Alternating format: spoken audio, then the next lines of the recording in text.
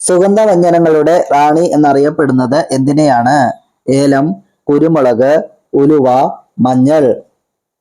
സുഗന്ധവ്യഞ്ജനങ്ങളുടെ റാണി എന്നറിയപ്പെടുന്നത് ഉലുവയാണ്. കേരളത്തിന്റെ ഔദ്യോഗിക പുഷ്പം ഏത്?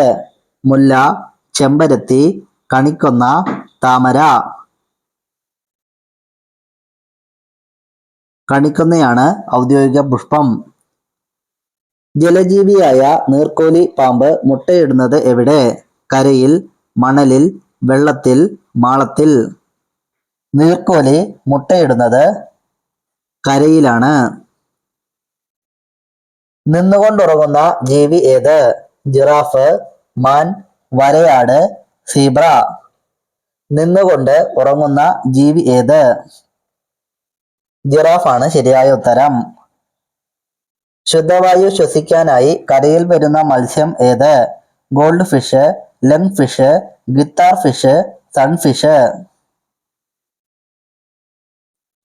ലങ് ഫിഷ് ആണ് ശരിയായ ഉത്തരം. എത്ര അകലത്തിൽ നിന്ന് രക്തത്തിന്റെ മണം പ്രാവുകൾക്ക് അറിയുവാൻ കഴിയും? 400 metre, 300 metre, 200 metre, 100 metre. 200 metre അകലത്ത് നിന്ന്. പ്രോട്ടീനിന്റെ പൊരുത്തക്കേട് മൂലം ഉണ്ടാകുന്ന രോഗം ഏത്? ചെങ്കണ്ണ്, അലർജി, പ്രമേഹം, ഗോയിറ്റർ. പ്രോട്ടീനിന്റെ പൊരുത്തക്കേട് മൂലം ഉണ്ടാകുന്ന രോഗമാണ് അലർജി.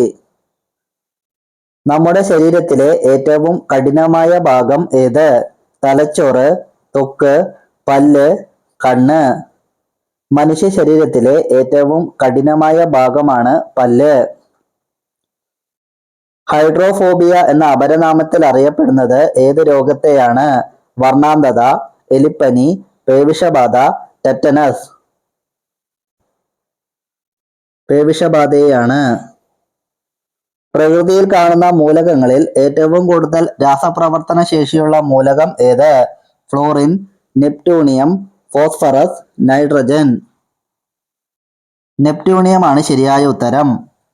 യോനി അയഞ്ഞതാണെങ്കിൽ സംഭോഗം ചെയ്യുമ്പോൾ അനുഭവപ്പെടുന്നത്? വികാരം കൂടും, സുഖം ലഭിക്കില്ല, വികാരം കുറയും, വേദന അനുഭവപ്പെടും. യോനി അയഞ്ഞതാണെങ്കിൽ സംഭോഗം ചെയ്യുമ്പോൾ വികാരം കുറയും.